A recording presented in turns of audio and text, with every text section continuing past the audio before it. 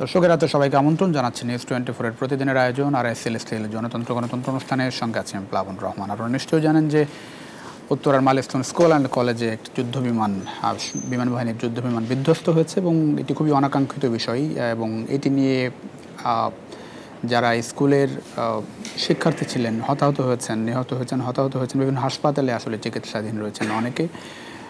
সব মিলিয়ে সারা দেশ কাঁদছে বলা যায়, পাশাপাশি স্বজনদের মধ্যে এখনও উদ্বেগ উৎকণ্ঠা যারা শিক্ষার্থী ছিলেন হতাহত হয়েছেন। এই বিষয় নিয়ে মূলত আমরা কথা বলতে চাই আজকের আয়োজনে। আমাদের সঙ্গে আছেন ক্যাপ্টেন আলমগীর সত্তার বীর প্রতীক, সাবেক সভাপতি পাইলট অ্যাসোসিয়েশন। আমার ডান পাশে আছেন, একেবারে ডান দিকে আছেন ফওয়াজ আহমেদ, প্রধান উপদেষ্টার সিনিয়র সহকারী প্রেস সচিব। দুজনকে স্বাগত জানাচ্ছি।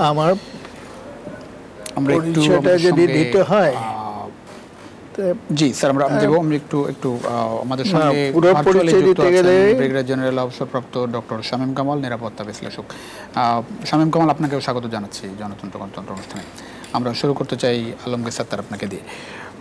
আলমগীর সাহেবকে শুরুতে একটু আপনার কাছ থেকে জানতে চাই, নিশ্চয়ই বিষয়টি সম্পর্কে আপনি জানেন। আজকে যে দুর্ঘটনা ঘটেছে বাংলাদেশ বিমান বাহিনীর প্রশিক্ষণ বিমান যেটি উত্তরার মাইলস্টোন স্কুল অ্যান্ড কলেজের একটি ভবনে বিধ্বস্ত হয়েছে এবং এখন পর্যন্ত 20 জন মারা গেছে। এইটা আমার পুরো পরিচয়। জি জি, এই যে বিমান বিধ্বস্তের ঘটনাটাকে আপনি আসলে কিভাবে দেখেন একজন ক্যাপ্টেন হিসেবে, সাবেক সভাপতি পাইলট অ্যাসোসিয়েশন হিসেবে? আজকের যে বিমান দুর্ঘটনা, সেটা আমার মনে হয়েছে যে এটা দক্ষতার অভাব যথেষ্ট অভাব ছিল। এটা হয় কি, একটা এরোপ্লেন টেক অফ করার পরে যে বাঘ ঘুরতেছে, করবে, তখন তো কাত হবে। এখন কতটুকু কাত হবে মানে ব্যাংক করলে কতটা হয়, স্টলিং স্পিড বাড়ে, সেই হিসেবটা মনে হয় এই পাইলটের ছিল না, জানতো না, এটাই আমার বিশ্বাস। সুতরাং সে ওভার ব্যাংকিং করছে। হ্যাঁ, কিন্তু উনি যতটা আমরা জেনেছি যে ক্যাপ্টেন তৌকির ইসলাম যিনিও নিহত হয়েছেন, তিনি পাইলট তৌকির ইসলাম, তিনি প্রশিক্ষণের সব ধাপ শেষ করেছিলেন। তারপরে এরকম সব ধাপ কি আছে, এ তো 200 ঘন্টা ফ্লাইং করলে পরে কমার্শিয়াল পাইলট পাওয়া যায়। কমার্শিয়াল পাইলট লাইসেন্স পাইতে হলে 200 ঘন্টা ফ্লাইং করতে হয়। তো এর মধ্যে আর সব ধাপের কিছু নাই। হ্যাঁ, তখন যখন 200 ঘন্টা ফ্লাইং করে, তখনও আমরা মনে করি অনভিজ্ঞ। ওকে, মনে করেন আমার ফ্লাইং হইল টোটাল 24,000 ঘন্টা। আপনার 24,000 ঘন্টা? জি। সে তুলনায় অনভিজ্ঞ পাইলটই বলবো। 24,000 ঘন্টা ফ্লাই করার পরেও? হ্যাঁ, মানে এত ফ্লাই করার পরেও এত কি ফ্লাইং তুলনায়? ওকে ওকে, হ্যাঁ, এত তো আর বেশি ফ্লাইং করে নাই। সে এখান থেকে 200 ঘন্টা ফ্লাইং করবে, এই তো 200 ঘন্টা ফ্লাইংয়ে এখন তার সমস্যা ছিল, বুঝাই যায়। মনে করেন টার্ন করবে, এখানে প্লেনটা ব্যাংক করতে হবে। এখন এই ব্যাংক করলে পরে কতটুকু ব্যাংক করলে কতটা স্টলিং স্পিড বাড়তে পারে, এ ধারণাটা তার ছিল না। অনেক ধন্যবাদ। আমরা একটু এই ব্যাপারে কোনো সন্দেহ নাই। আসবো আপনার কাছে আবার। আমি একটু ভার্চুয়ালি আমাদের সঙ্গে আছেন ডক্টর শামীম কামাল। শামীম কামাল, নিশ্চয়ই শুনতে পাচ্ছেন আমাকে?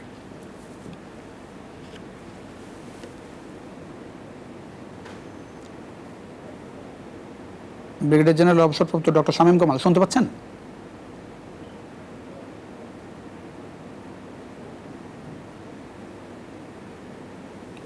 আমরা হয়তো ভার্চুয়ালি এখন ওনাকে পাচ্ছেন। আমরা একটু ফয়েজ আহমেদ আসতে চাই।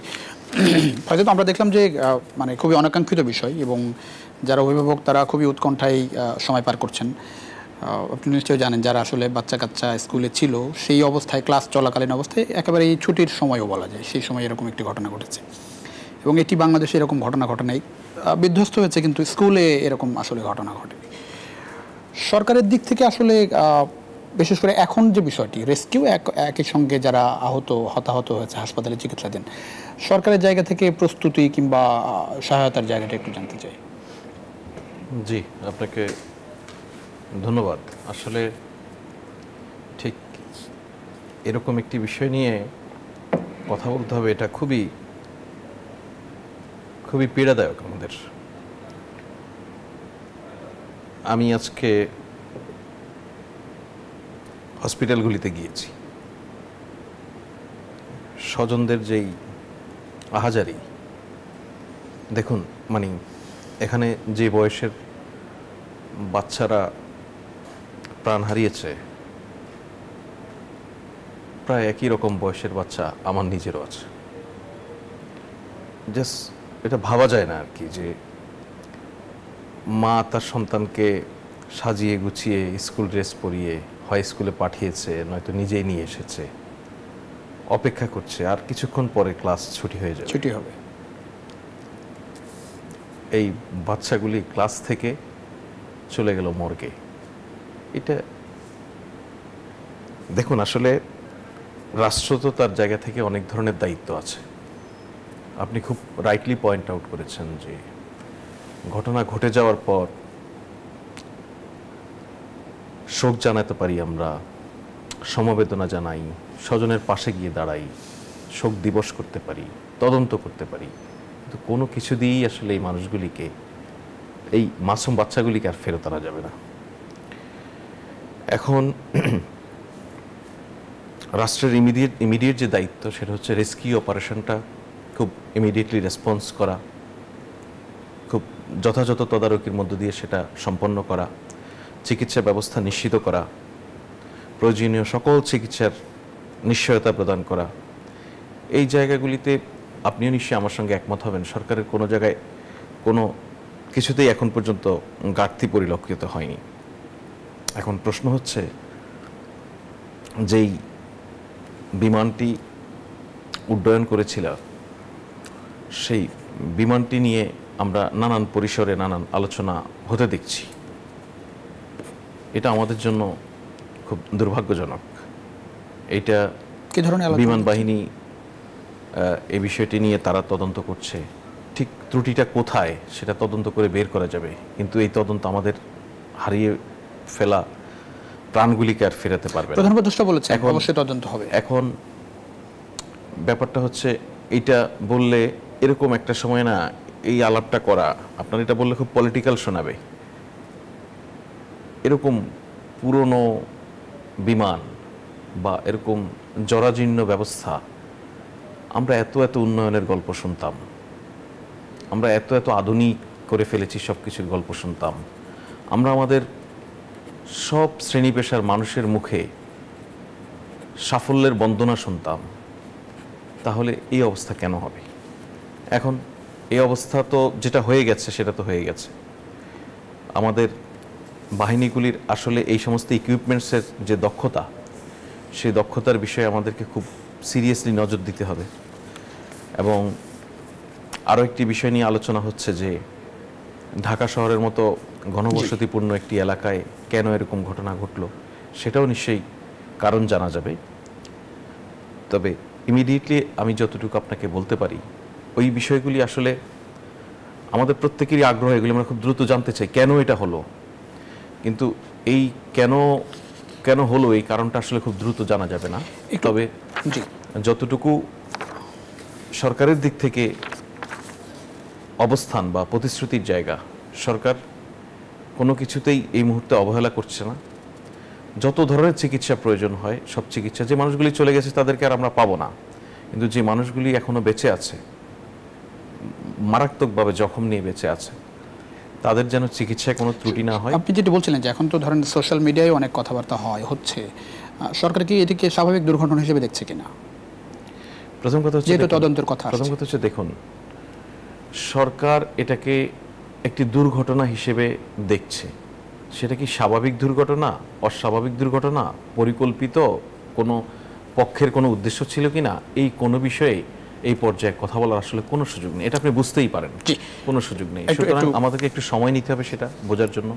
আলমগীর স্যার, একটু আপনার কাছ থেকে শুনতে চাই যে FT-7 BGI যে যুদ্ধ বিমান, এবং ফয়েজ একটু আগে বলছিলেন যে আমরা এত উন্নয়নের গল্প শুনি, আধুনিক বাংলাদেশের গল্প শুনি, বিগত 15 বছর ধরে বাংলাদেশে অনেক উন্নয়নের গল্প হয়েছে, অনেক উন্নয়নের কাজের কথা আমরা শুনেছি, কিন্তু ধরেন এই যে বিমানের জায়গাটায়, যুদ্ধ বিমান, প্রশিক্ষণ বিমান, এই জায়গাগুলোতে আসলে কতটা উন্নয়ন ঘটেছে, এবং যে যুদ্ধ বিমান বিধ্বস্ত হলো সেটির কোয়ালিটি বা মান সম্পর্কে একটু শুনতে চাই। এখন আমি বলবো যে না, আমাদের এখন এ তো আমাদের নিজেদের তৈরি, কিন্তু এই এরোপ্লেন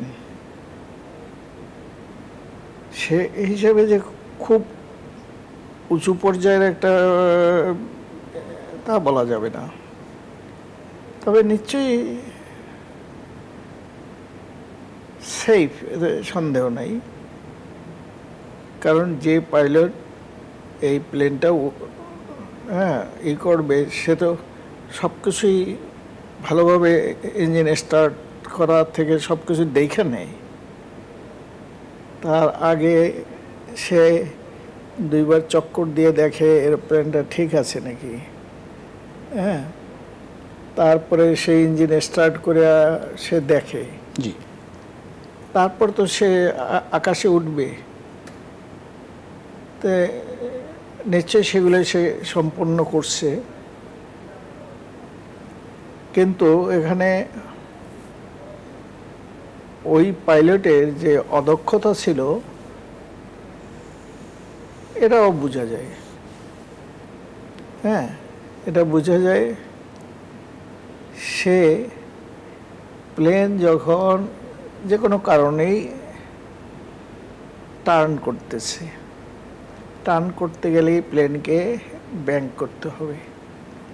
এখন এই ব্যাঙ্ক করতে গেলে স্টলিং স্পিড কতটা বাড়ে সেই হিসাব হয়তো সে জানতো না। এটা তো তার জানার কথা। ধরেন একটা মানে ধরেন জানার অনেক কিছুই জানার কথা, কিন্তু জানেও না, এটাও ঠিক। একটা গণমাধ্যমে দেখছিলাম যে তিনি আজকেই প্রথম মানে একা ফ্লাই করছিলেন। হ্যাঁ, সলো ফ্লাইট। জি জি। সুতরাং সেখানে তার অদক্ষতা ছিল, যেহেতু প্রথম দিনের ফ্লাইটে অদক্ষতা থাকে। আমাদেরও ফ্লাইং করতে হয়েছে এভাবে, সোলো ফ্লাইং বলে। তা সোলো ফ্লাইং করতে গেছে, তা প্রথম দিক দিয়ে তো কিছুটা নিজেও নার্ভাস থাকে। সে আজকে প্রথম দিন গেছে ফ্লাইট করতে, তাতে তার মধ্যে কিন্তু কিছুটা ভীতিজনক প্রথম যখন সোলো ফ্লাইট করে, একা একা যখন করে, তখন একটু ভয় ভয় থাকে।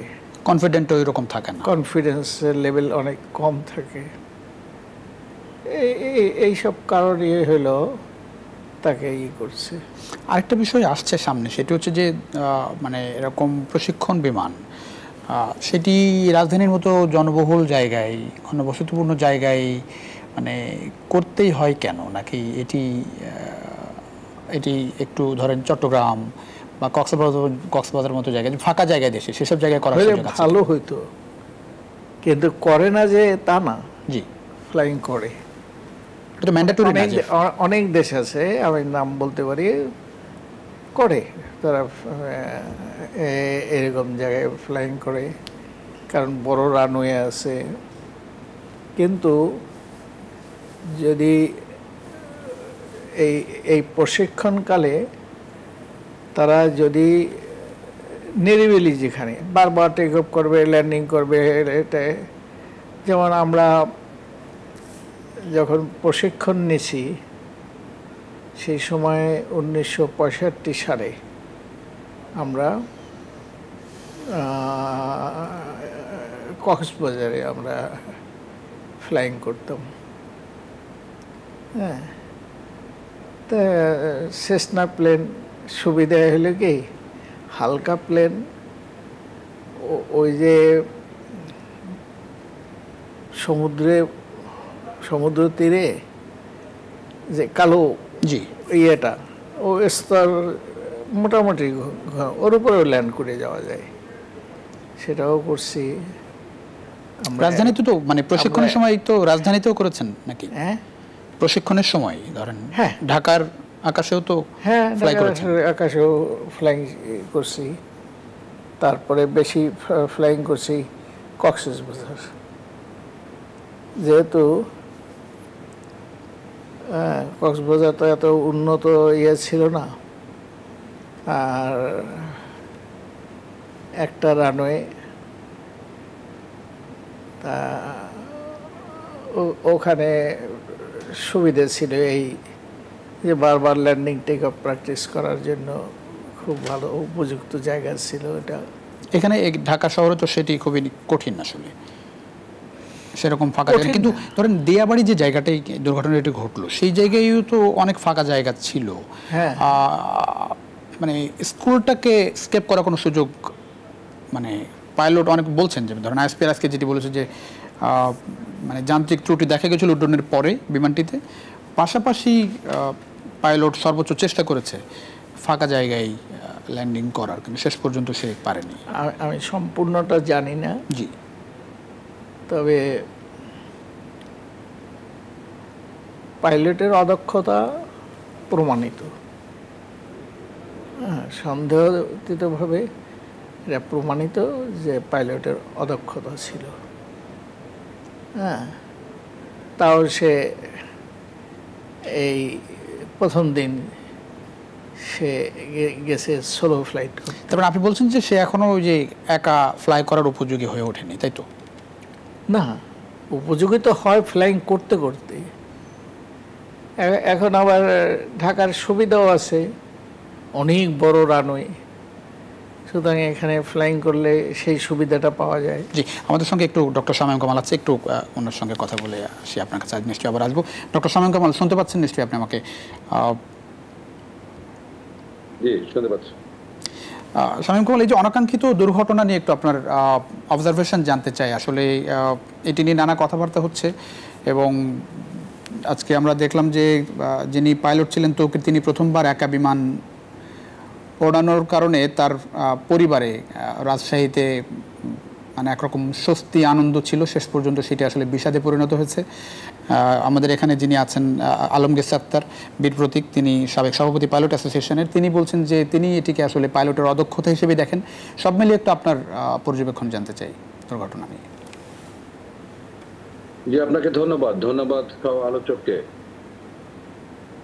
মূলত দুর্ঘটনাকে দুর্ঘটনা হিসেবে বিবেচনা করতে হবে।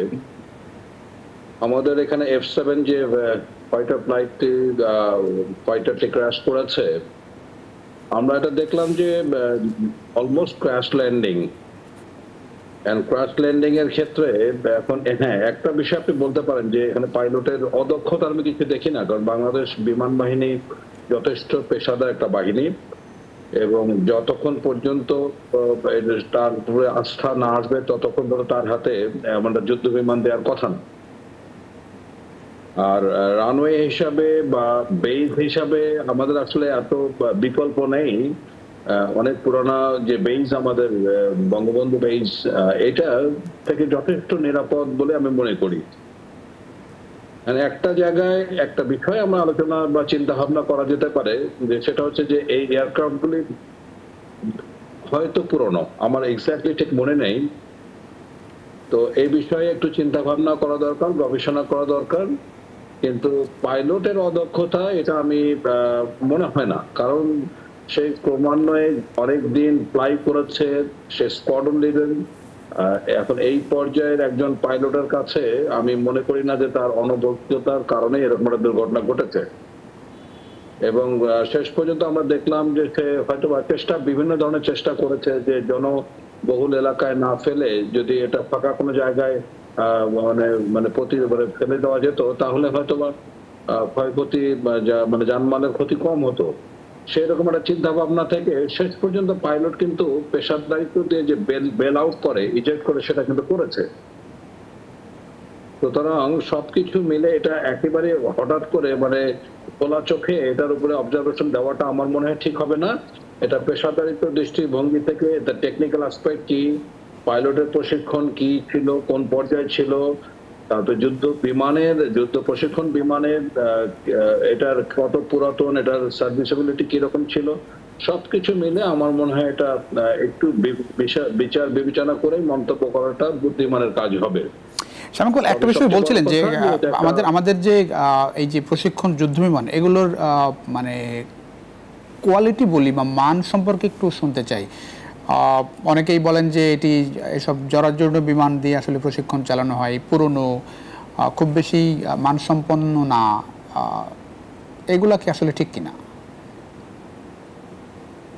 এই ব্যাপারে আমার উত্তরটা একটু ক্রিটিক্যাল হবে, কেননা আমি বলছি যে আমাদের যুদ্ধ বিমানগুলি পুরনো, এটা সত্য। আমাদের কোনো খুব একদম মডার্ন যেগুলি এয়ারক্রাফট এগুলি আমাদের খুবই কম।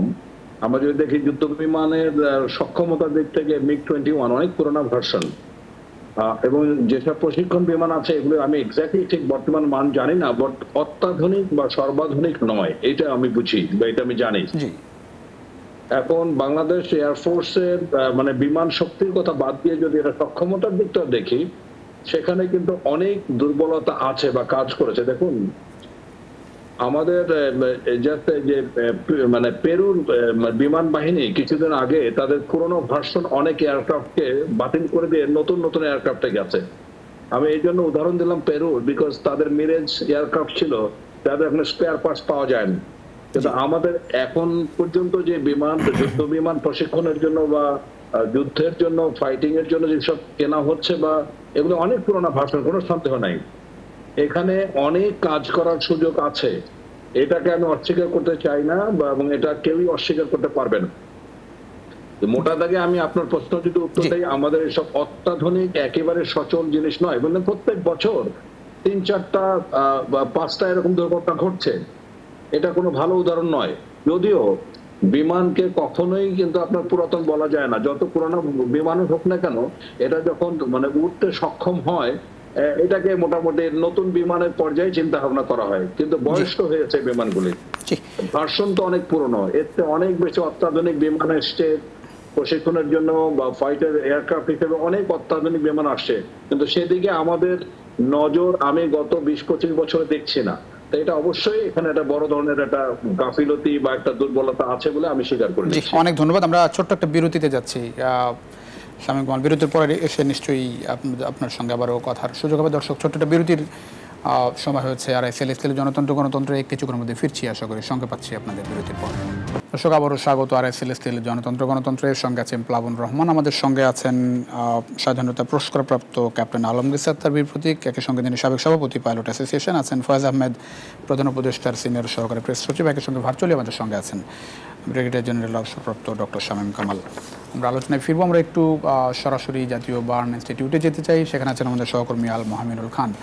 একটু এই রাতে হাসপাতালের অবস্থা একটু জেনে আসতে চাই, যারা হতাহত আছেন, সেখানে আহত আছেন, চিকিৎসা নিচ্ছেন। মোহামিন, রাতের অবস্থা একটু জানাবেন, নতুন কোনো আপডেট আছে কিনা হাসপাতাল কর্তৃপক্ষের পক্ষ থেকে?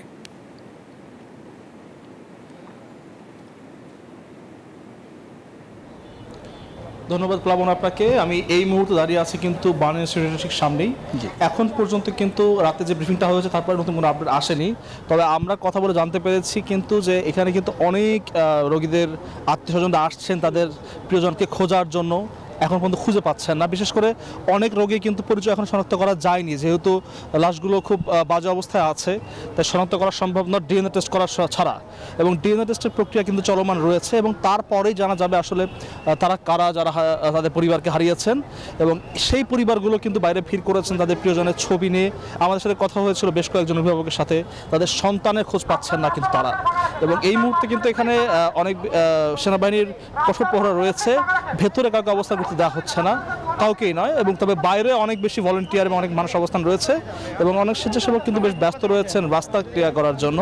এবং আমরা জানতে পেরেছি যে বার্ন ইনস্টিটিউটে কিন্তু যারা মারা গিয়েছেন এবং যারা আশঙ্কাজনক অবস্থায় তাদের কিন্তু মৃত্যুর সংখ্যা রয়েছে, তবে সকাল 8টায় যে ব্রিফিং হবে তার আগে কিন্তু বলা যাচ্ছে না আসলে প্রকৃত মৃতের সংখ্যা কত। তবে এরই মধ্যে আমরা চেষ্টা করছি জানার জন্য যে আসলে কী পরিমাণ মৃতের সংখ্যা রয়েছে, এবং জানা গিয়েছে যারা আহত হয়েছেন তাদের বেশিরভাগই কিন্তু শিশু রয়েছেন এখানে। তো বার্ন ইনস্টিটিউট থেকে এই ছিল এখন পর্যন্ত আমাদের সর্বশেষ তথ্য। প্লাবন, ধন্যবাদ আপনাকে। এখন কি নতুন করে অন্যান্য হাসপাতালে যারা আছেন নতুন করে কোনো অ্যাম্বুলেন্স ঢুকতে দেখছেন, যে অন্যান্য হাসপাতালে তাদের চিকিৎসা সম্ভব না, শেষ পর্যন্ত বার্ন ইনস্টিটিউটে নিয়ে আসা হচ্ছে, এরকম আপনার চোখে পড়েছে রাতে কোনো অ্যাম্বুলেন্স ঢুকতে?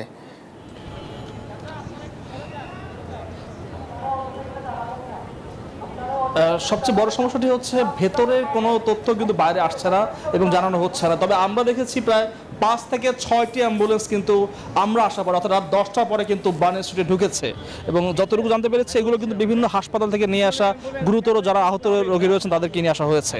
তবে এখন পর্যন্ত হাসপাতাল কর্তৃপক্ষের কাছ থেকে আমরা কোনো অফিসিয়াল স্টেটমেন্ট পাইনি। অনেক ধন্যবাদ এর হাতে যুক্ত হওয়ার জন্য।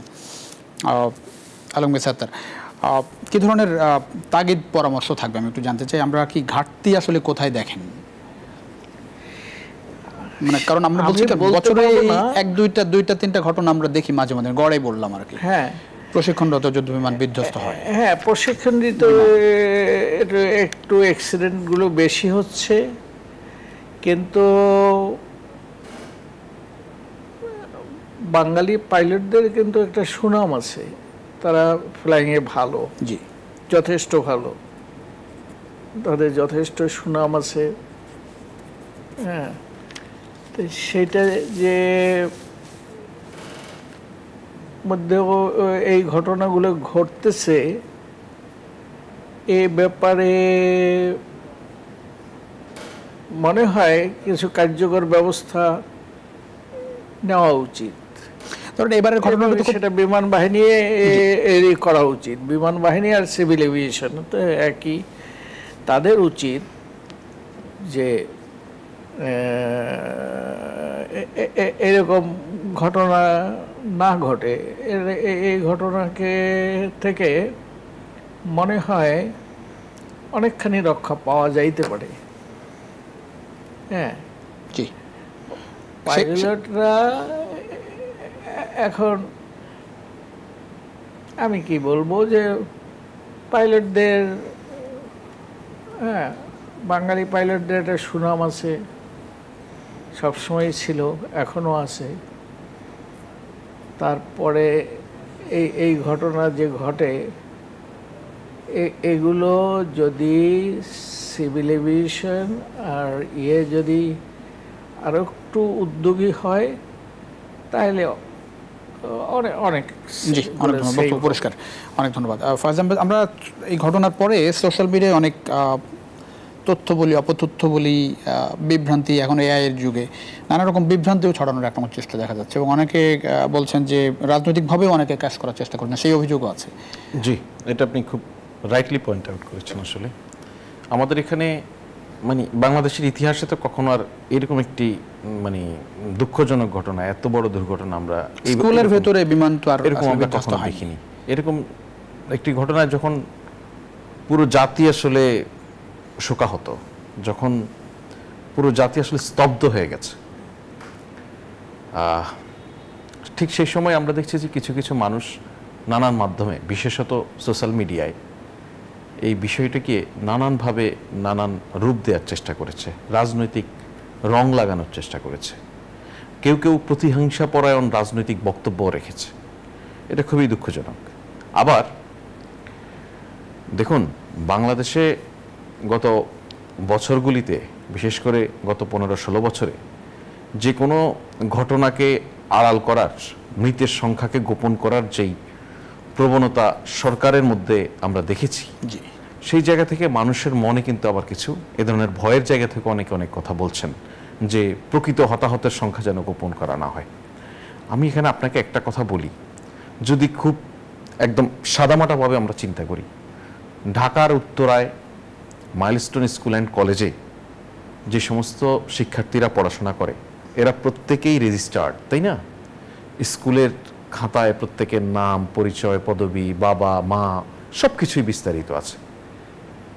এই এই মানুষগুলিকে তো গোপন করে ফেলা সম্ভব না, এটা তো একদম নথিতে আছে। এটা এমন কোনো আমার লঞ্চ দুর্ঘটনা হয় নাই যেখানে সব যাত্রীর নামের তালিকা নেই, বাস দুর্ঘটনা নয় যেখানে কারা কারা উঠেছে সবাইকে জানা নেই। সুতরাং এরকম একটি ঘটনা যেখানে ক্লাসরুমে এসে বিমান পড়েছে, সে জায়গায় এই ক্লাসে কতজন শিক্ষার্থী ছিল, কতজন ওই দিন উপস্থিত ছিল, কারা কারা শিক্ষার্থী, তার অভিভাবক, সবাই এখানে শুধু যে এখানে আছেন তা নয়, এরা প্রত্যেকেই আমরা সমাজের অগ্রসর শ্রেণীর মানুষ। এই স্কুলটিতে যাদের বাচ্চারা পড়াশোনা করেন তারা অলমোস্ট প্রত্যেকেই খুবই অগ্রসর শ্রেণীর মানুষ। সুতরাং এই সমস্ত যে চিন্তাভাবনা বা এই ধরনের ধারণা, এটা প্রথমত হচ্ছে সরকার, বর্তমান সরকার এই ধরনের নীতিতে মোটেও বিশ্বাসী নয় যে প্রকৃত ঘটনাকে কোনো কারণে আড়াল করা। দ্বিতীয়ত হচ্ছে খুব সাদামাটাভাবে বললেও এই ঘটনায় কোনো ঘটনাকে আড়াল করা সম্ভব নয়। সুতরাং ঘটনা যাই ঘটেছে, ঘটনা তাই, তার আলোকেই সরকার তার প্রয়োজনীয় পদক্ষেপ নিচ্ছে, তার আলোকেই প্রয়োজনীয় ব্যক্তিকে রেসপন্সিবল করা, তার আলোকেই সব ব্যবস্থা নেওয়া হবে। এটা নিয়ে মুশকিলটা হয় কি, দেখুন যে আমি আপনার এই শোতে আসার সময় আমি মোবাইলে বসে লাইভ দেখছিলাম যে মানুষ যে ভিড় করছে বিভিন্ন জায়গায়, মানুষ বলছে যে আমাদের এলাকায় এরকম একটা ঘটনা ঘটেছে, আমরা একটু অবজার্ভ করতে এসেছি। মানুষ সরি এগুলি মানে বলতে হয় যে একটা বাচ্চা সারা শরীর পুড়ে গেছে, সে দৌড়াচ্ছে, কত কত ক্যামেরা মোবাইল ধরে ভিডিও করছে, কেউ একটি গিয়ে তাকে জাপটে ধরছে না, তাকে একটু রেস্কিউ করছে না। সুতরাং এইটা আমরা খুব কঠিন সময় পার করছি। এই যে এভাবে হসপিটালের সামনে বারবার অনুরোধ করা হচ্ছে, ডাক্তাররা বলছেন, সরকারের দায়িত্বশীল ব্যক্তিরা বলছেন যে আপনারা হসপিটালের সামনে ভিড় করবেন না, অ্যাম্বুলেন্স আটকে যাচ্ছে মানুষের কারণে। এটা উচিত নয়। আমার নিজের সন্তানকে একবার আমি ওই জায়গায় ভাবি, আমার নিজেকে আমি একবার ওই জায়গায় ভাবি। যদি আমি একবার দেখি যে আমার চিকিৎসাটা আমি নিতে পারছি না এই রাস্তার শুধুমাত্র উৎসুক জনতার কারণে, আমার সন্তান চিকিৎসা বঞ্চিত হচ্ছে এই উৎসুক জনতার কারণে, এটা সহ্য করার মতো নয়। সুতরাং প্রত্যেক নাগরিকের দায়িত্বশীল ভূমিকা রাখতে হবে এখানে। সেটা ফিজিক্যালি হসপিটালের সামনে বলেন বা ফেসবুকে আপনি ঝড় তোলার জন্য। অনেক ধন্যবাদ। ছোট্ট বিরতির সময় হয়েছে বড়।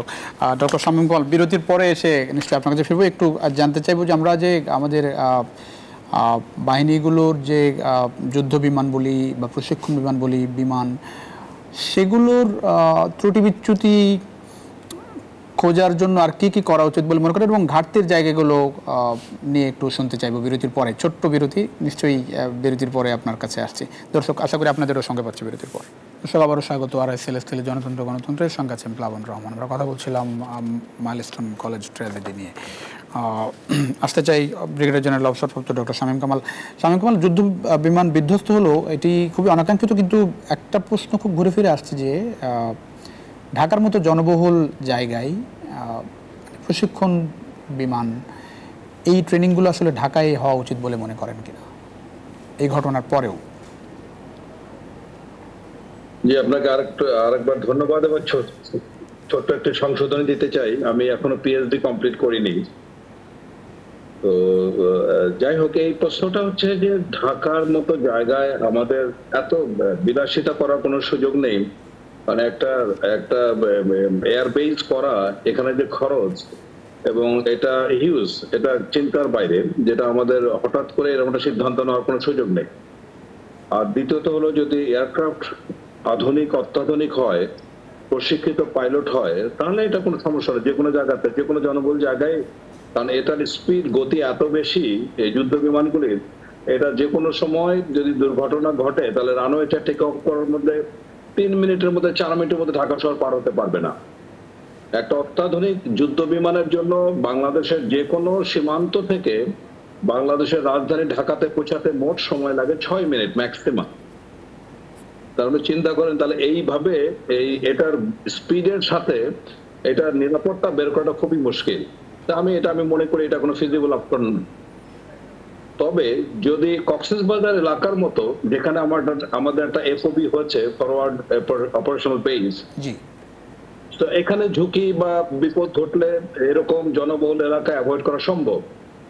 কিন্তু আমাদের নিরাপত্তার জন্য রাজধানী ঢাকা সহ গুরুত্বপূর্ণ জায়গাগুলোতে এয়ারবেস করতে হবে এবং আমাদের এয়ারক্রাফটগুলো ওখানে রাখতে হবে, মেনটেন করতে হবে, এতে কোনো সন্দেহ নেই। সো এই অপশন নিয়ে কাজ করার খুব একটা সুযোগ আছে বলে আমি মনে করি না। কিন্তু যেটা টেকনিক্যাল যে বিষয়টা, দেখুন F7 এই গ্রেডটা চাইনিজ ভার্সন, এগুলি আনা হয়েছে 2011 সালে, শুরু হয়েছে 2013-তে এটার সাপ্লাই শেষ হয়েছে। জি, পারপাসফুলি এগুলি আনা হয়েছে MiG-21 পরিচালনার জন্য, MiG-21 এয়ারক্রাফটকে চালানোর জন্য। অলরেডি MiG-21 পৃথিবীতে একটা ওল্ড ভার্সন, এটার মানে খুব একটা নাম মানে না, এটার খুব একটা কার্যকারিতা নাই। বর্তমান পৃথিবীতে 5th জেনারেশন এয়ারক্রাফট নিয়ে মানুষ চিন্তা করছে, ইভেন 6th জেনারেশন এয়ারক্রাফট নিয়ে কাজ করছে।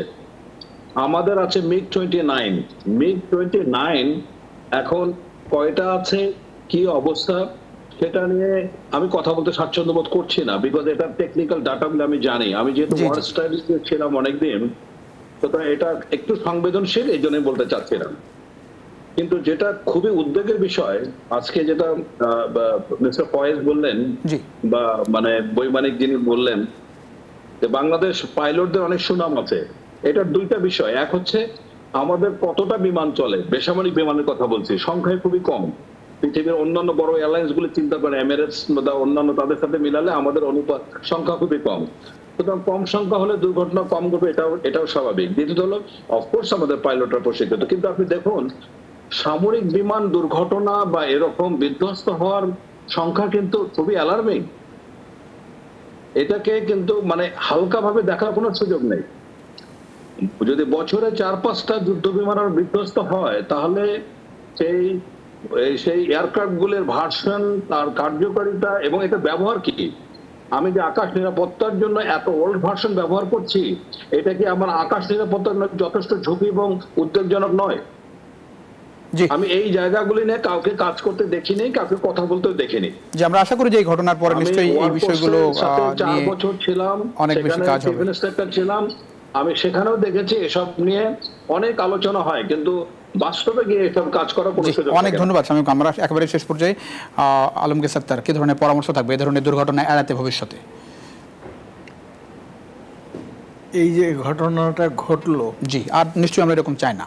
না, এই ঘটনার জন্য আমাদের সিভিল এভিয়েশন, সিভিল এভিয়েশনে কিন্তু এয়ারফোর্সের লোকরাই, আমাদের সিভিল এভিয়েশন আর এই আমাদের যারা ম্যানেজমেন্টে আছেন, হ্যাঁ, ইঞ্জিনিয়ারিং থেকে শুরু করে যৌথভাবে যদি প্রচেষ্টা চালিয়ে যায়, তবে আমরা এই ধরনের ক্ষতিগ্রস্ত খুব কম হব। জি, অনেক ধন্যবাদ। শেষ পর্যায়ে ফয়েজ আহমেদ যদি যোগ করতে চান, আমরা একজন তরুণ প্রজন্মর একজন হিসেবে সামনে এই ধরনের দুর্ঘটনা এড়াতে কি করা উচিত বলে মনে করেন? না, দেখুন, দুর্ঘটনা এড়ানোর জন্য প্রথম কথা হচ্ছে দুর্ঘটনাটা আসলে দুর্ঘটনাই। দুর্ঘটনাটি কেন ঘটলো সেই বিষয়টা খুব সিরিয়াসলি রিভিউ করতে হবে, যে কি কি দুর্বলতা আমাদের ছিল, সেই দুর্বলতাগুলি দূর করতে হবে। আর একটা বিষয় বলবো যে আসলে এই আকস্মিক ঘটনায় পুরো জাতি যখন হতবিহ্বল, সে সময় আমাদের প্রত্যেককেই দায়িত্বশীল আচরণ করতে হবে এবং যারা চলে গেছে আমাদের ছেড়ে, আগামীকাল রাষ্ট্রীয়ভাবে শোক ঘোষণা করা হয়েছে, প্রত্যেকে তাদের জন্য দোয়া করতে হবে এবং যারা এখন হাসপাতালে চিকিৎসাধীন তাদেরও আরোগ্য কামনা করে সবার কাছ থেকে দেশবাসী যেন দোয়া করে, যেন অন্তত যারা আহত আছে তারা যেন ফিরে আসে সুস্থভাবে। আর ভবিষ্যতে এই জায়গাগুলি কী হবে, নিশ্চয়ই অথরিটির জায়গা থেকে টেকনিক্যাল টিম সেটা রিভিউ করে ব্যবস্থা নেবে। আশা করা যায় ভবিষ্যতে আমরা এই ধরনের ক্যাজুয়ালিটি এড়াতে পারবো। অনেক ধন্যবাদ আলমগীর সত্তার, বীর প্রতীক, ফয়েজ আহমেদ, শামীম কামাল, তিনজনকে অসংখ্য ধন্যবাদ। দর্শক, নিশ্চয়ই এই দুর্ঘটনা আসলে পুরো জাতিকে আসলে স্তম্ভিত করে দিয়েছে এবং অনাকাঙ্ক্ষিত, যেটি বলছিলাম, এবং যুদ্ধ বিমান বলি কিংবা প্রশিক্ষণরত বিমান বলি, এরকম দুর্ঘটনা বাংলাদেশে ঘটেছে বিভিন্ন জায়গায়, যশোরে, এর আগে আরও বিভিন্ন জায়গায় হচ্ছে। কিন্তু স্কুল চলাকালীন স্কুলে এরকম যুদ্ধ বিমান বিধ্বস্ত এবং এরকম নিহত লাশের মিছিল আসলে আমরা আসলে দেখিনি। তো সেই জায়গাটা নিশ্চয়ই আমরা সামনে এই ধরনের দুর্ঘটনা দেখতে চাই না।